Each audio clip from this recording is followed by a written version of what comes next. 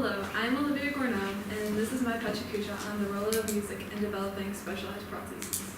First, I would like to ask you, what defines you as an individual? Are there certain skills or activities that you participate in? But now imagine one day that defining characteristic is taken away from you. For me, this is my love for softball.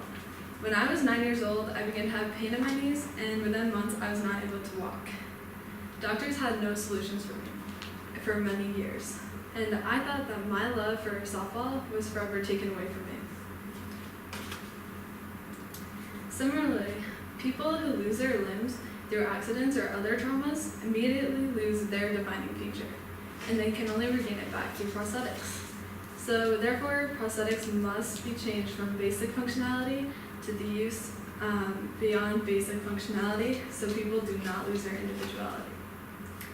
But before we move forward, we have to understand how life-changing it is to lose a limb. 30% of amputee patients experience depression or anxiety due to their loss of individuality. With 1 million amputations occurring every year, every time a slide changes in this presentation, an amputation is performed. So for this presentation, we are going to break it into 3 parts. And the first part is going to be a drum prosthetic, which is 2-sticked for playing percussion. And the second is going to be an ultrasound-powered technology in order to play the piano. And the third is a violin bow prosthetic for playing the violin. Originally, prostheses were made with 3 aspects in mind. They were natural, comfortable, and lightweight. However, these prostheses are passive and they lack any functionality beyond basic functions. And this often led to anxiety and depression because people were not able to perform their original activities they did before their amputation. Jason Barnes aspired to become a professional drummer, but unfortunately he was injured in a workplace accident by 22,000 volts of electricity.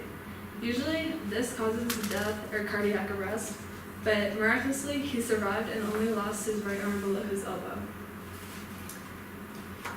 Jason Barnes was presented with 2 choices: to give up or to be resilient, and he chose to pursue his love of music.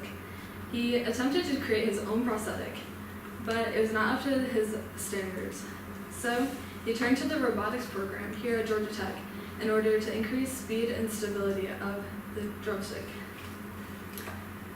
Georgia Tech uses EMG, or electromyography, which is using electrical signals that when you contract or relax your muscle, so when he contracts his bicep, the prosthetic moves just like his original hand.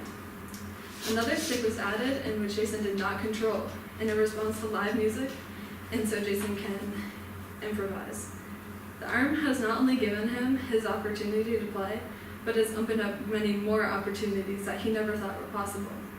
And since he was given this ability to have a specialized prosthesis, he has set up to become the professional musician he wanted to be as a child. And a further struggle for prosthetists is developing a hand in which individual fingers move.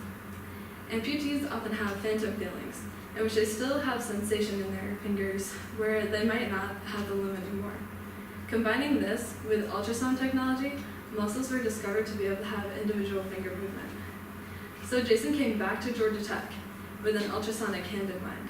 He moves muscles which cause the signal to send from his brain to his arm to the prosthetic device. And ultrasound technology has not been used before in prosthetic devices, so this has the possibility to change many people's lives now that individual finger motion exists. The third technology I'm going to talk about is passive, and it does not require electricity. The violin bow prosthetic, first developed by just welding a violin bow onto a natural arm prosthesis. It's now moving towards a widespread device that can be used for mass production. However, losing something of importance to you can have a detrimental effect on your health. 20-year-old nursing student Manami Itu survived a car accident, but she lost her entire right arm. She abandoned her nursing career and her violin performances, and she refused to leave her house for an entire year. While she was picking up her new prosthetic, she observed kids playing basketball with prosthetics.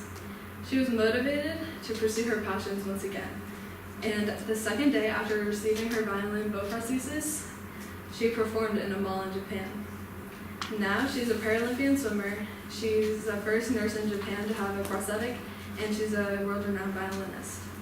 And since she was given this opportunity to pursue her talent of playing the violin again, her outlook on life has changed. And she wrote in a Facebook post, "I would not have been able to play the violin if I had given up on someone, even one of them."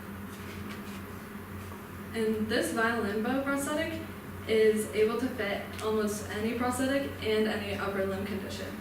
It's a ball and socket joint, which is similar to how your hip works. It's passive and it can be adjusted to any angle, which allows for optimal performance. The prosthetic only weighs 128 grams, which for reference is about the weight of a spoon. Jason Barnes was able to fulfill his dream of becoming a musician, and Minami was able to overcome her initial rejection of her prosthetic. However impressive these technologies are, there are more obstacles to overcome. How can these prosthetics reach everyone that needs them? The adaptation of prosthetics, from natural to basic to specialized, has allowed people like Jason and Minami to pursue their musical careers.